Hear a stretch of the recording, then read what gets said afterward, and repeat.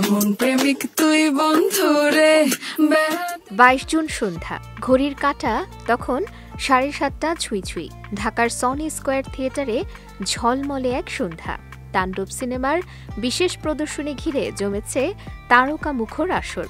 অতিথিরা আসছেন একে একে।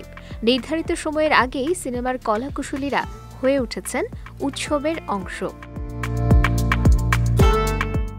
লাল টুকটুকে পোশাকে অপার সৌন্দর্যে হাজির সাবিলা নূর।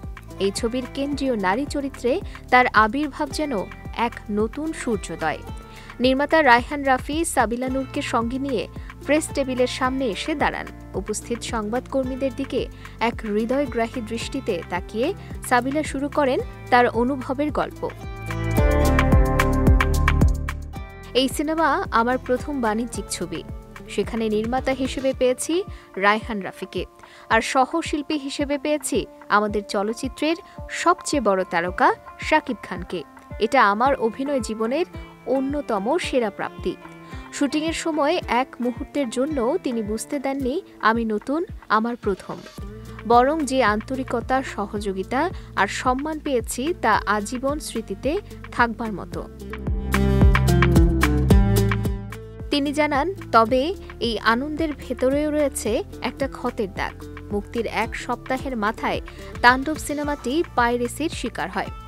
ভেতরে জমে থাকা ক্ষোভ প্রকাশ করে সাবিলা বলেন, এই সময়টা আমাদের সিনেমার নবজাগরণের সময়। দেশের ভেতরে তো বটেই, বিদেশেও প্রশংসা কুড়োচ্ছে আমাদের ছবি।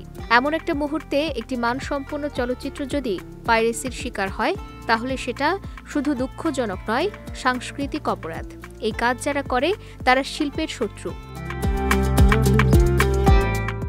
এদিকে সন্ধ্যাকে সৌন্দর্যময় করে তুলতে উপস্থিত ছিলেন তাণ্ডব হিরো শাকিব খান, অভিনেত্রী আজমিরি হক বাঁধন, দীপা খন্দকার, তমা মির্জা, মন্দিরা চক্রবর্তী, সঙ্গীতশিল্পী দিলশাদ নাহার কণা, জেফার রহমান সহ আরও অনেকেই।